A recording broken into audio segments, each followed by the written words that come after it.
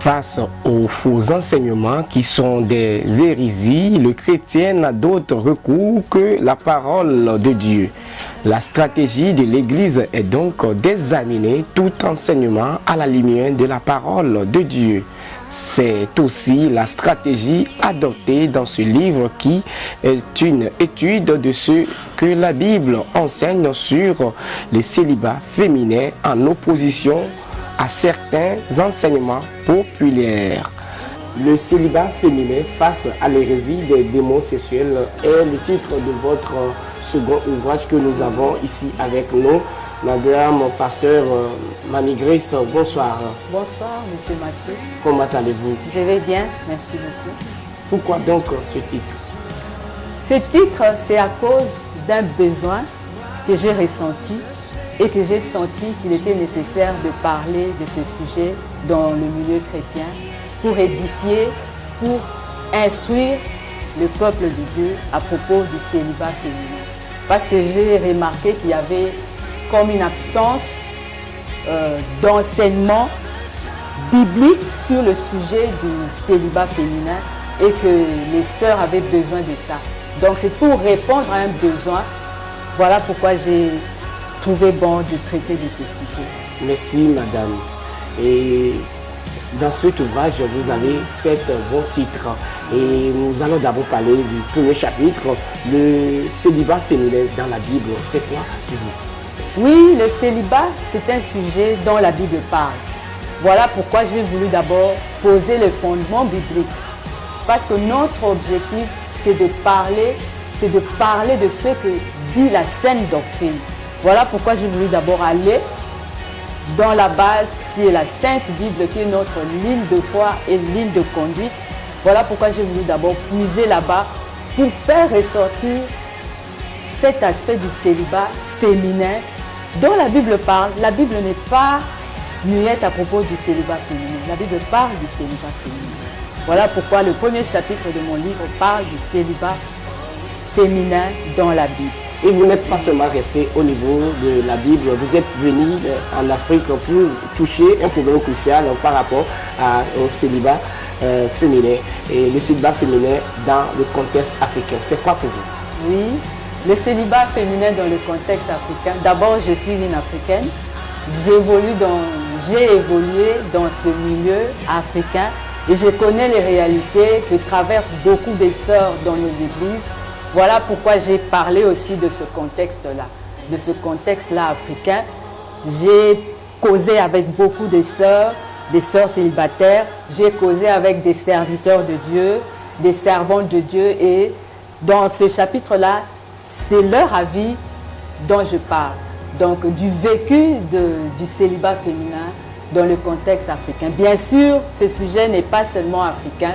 Ça concerne aussi les autres continents, mais c'est spécifiquement comme j'ai eu à vivre dans ce milieu-là. Voilà pourquoi j'ai parlé du contexte africain. Dans le troisième chapitre de cet ouvrage, vous avez parlé de l'hérésie des démons sexuels. Et qu'est-ce que vous voulez dire par là? Bon, dans le troisième chapitre, souvent le célibat féminin est associé à beaucoup d'enseignements que je peux dire enseignements tordus. Donc, ils prennent une vérité, ceux qui enseignent certains enseignements prennent une vérité et la tordent. Alors, spécialement, j'ai voulu traiter du problème de l'hérésie des démons sexuels dans ce livre. Parce qu'il y a beaucoup d'enseignements, même dans certaines églises, on parle de ces enseignements-là et on enseigne certaines pratiques qui ne sont pas bibliques, qui ne sont pas vraiment bibliques. Voilà pourquoi je parle de l'hérésie des démons sexuels. Et beaucoup de sœurs, beaucoup de serviteurs de Dieu aussi sont influencés par cette hérésie et enseignent certaines choses dans l'Église qui ne sont pas conformes à la saine doctrine. Voilà pourquoi je parle de l'hérésie des démons sexuels. Donc, dans ce chapitre-là, je démontre que certains enseignements à propos des démons sexuels, ce n'est pas ce que la Bible enseigne.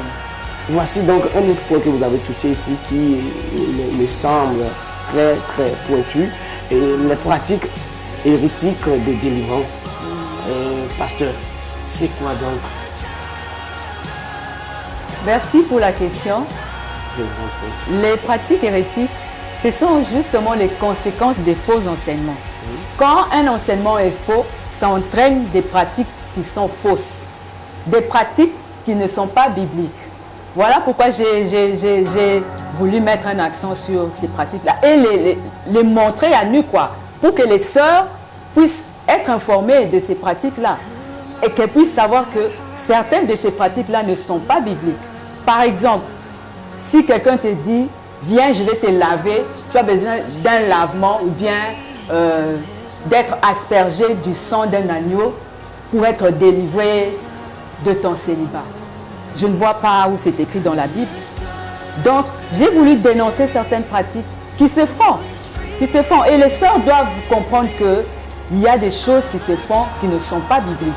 Et je leur explique tout ça dans ce livre afin que leurs yeux puissent s'ouvrir et qu'elles puissent ne plus accepter d'être manipulées par certains enseignements et par certaines personnes qui se prétendent être du côté de Dieu.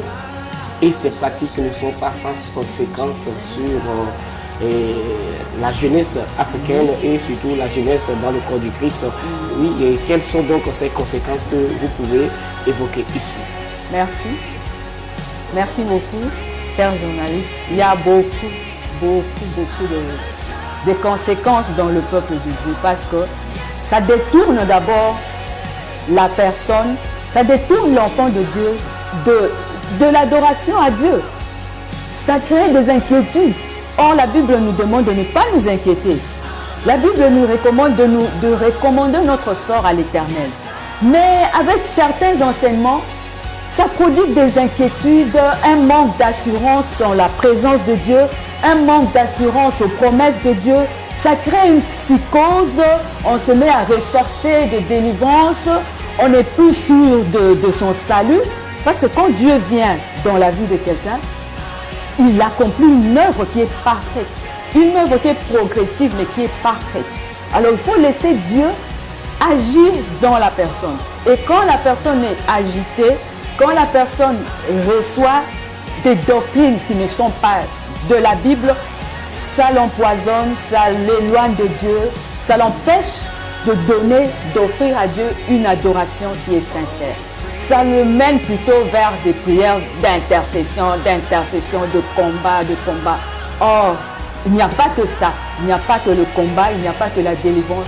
Il y a aussi l'adoration, il y a aussi la louange, il y a aussi l'acceptation de son état et la louange à Dieu pour cet état-là. Et Dieu est content de telles attitudes. C'est l'objectif même pour lequel l'objectif que je poursuis à propos de ce livre. Nous avons compris par là que vous voulez aussi dire à cette jeunesse qui est dans cet état qu'il faut aussi comprendre le destin de Dieu. Là, il faut nous parler un peu de la compréhension du destin divin. Merci. Nous avons un Dieu qui est souverain, un Dieu qui est puissant et un Dieu qui est grand. Donc, nous ne pouvons pas douter de la puissance de Dieu dans notre vie. Donc, quand Dieu prend notre vie en charge, il sait ce qu'il fait. Il connaît les desseins, il connaît les voies, les pensées qu'il a pour nous.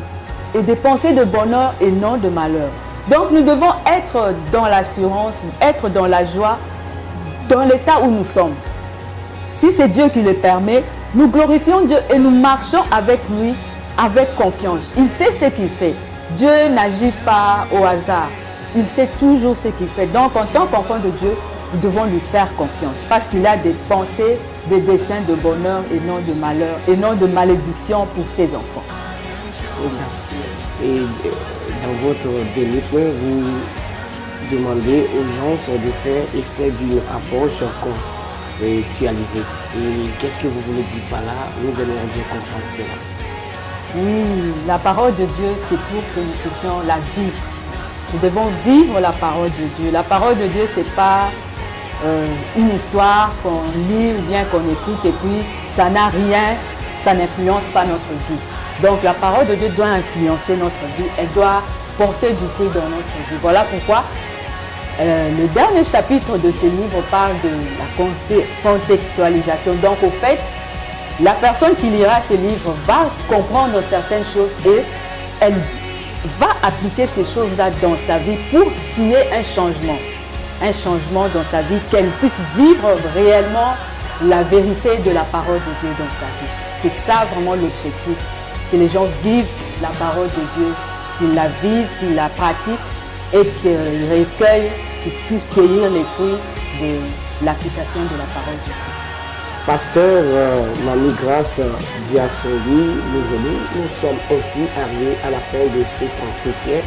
Qu'avez-vous à dire à vos téléspectateurs, aux internautes et également à vos collaborateurs? Oui, je leur dirais, si le Christ vous a franchi, vous serez réellement libre et libre de toute pensée captive. Je vous remercie. Merci, pasteur. Merci à vous, mes collaborateurs. On se retrouve très prochainement pour un nouveau numéro de cet entretien sur un autre ouvrage. D'ici là, portez-vous bien. Au revoir. Bye. Dans nos milieux évangéliques africains, le célibat est une situation qui crée une psychose accentuée par nos cultures et l'enseignement des hérésies. De ce fait, les femmes sont souvent les victimes favorites de ceux qui tordent les Écritures et enseignent des hérésies aux chrétiens, d'où la nécessité d'adopter un éclairage biblique sur la question des démons sexuels qui causent le célibat et de proclamer la vérité de l'Évangile.